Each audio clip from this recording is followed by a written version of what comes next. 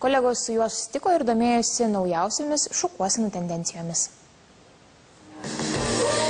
Įspūdingos šukuosenos, ryškus makijažas ir prie jų derantys kostiumai. Stilisto ir kirpėjo modeliuotojo Dmitrijaus Vinokūrovo vizitinė kortelė.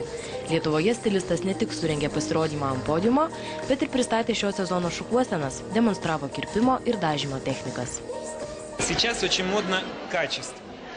Dabar madinga kokybė, tad ir šiandien daugiausia kalbėjau apie kokybiškai atrodančius plaukus, natūraliai žvilgančius, sveikus, prižiūrėtus.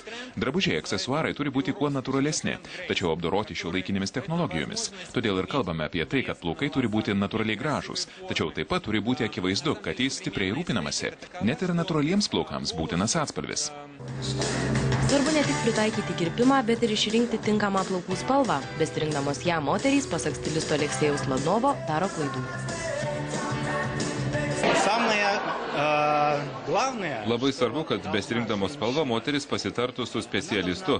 Kiekviena turėtų pasirinkti stilistą ir visiškai juo pasitikėti. Tada rezultatas tikrai bus idealus. Blogai, kai moteris mano, kad pačios viską žino geriausiai.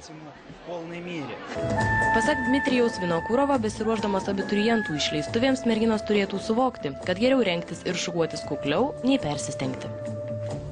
Pats svarbiausias yra natūralumas. Jaunos merginos ir taip gražios. Labai svarbu tokią dieną nepersistengti.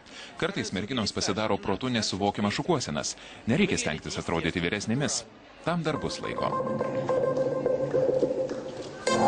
Pasirodyme ant podiumo Vinokūrovas pristatė 4 stilių šukuosenas ir apdarus. Keletą dienų šį pasirodymą kūrė rusų ir lietuvių stilistų komanda. Mūsų komanda buvo 5 pagalbiniai žmonės, tai kaip ir minėjom, buvo mūsų Lietuvos nacionalinės komandos nariai, mūsų 3 čempionės ir aišku, mums labai daug padėjo mūsų choreografas, mūsų Dmitrijaus komandoje taip pat dalyvavo žmonės Aleksėjus, turėjome apie 200 žmonių castingą, iš castingo, kaip matėt, buvo atsirinkta tiek, kiek buvo atsirinkta ir aišku, buvo dirbama per naktį, buvo dažomi plaukai, buvo formuojama. Na, žodžiu, rezultatas matėte, koks yra nuostabus, kaip sujungiai 2 stiprias jėgas, gaunasi labai geras rezultatas. Šią programą Vinokūrovas prieš atvykdamas į Vilnių pristatė Paryžiuje ir Almatoje, o netrukus ją išvys Los Andželo mados mėgėjai.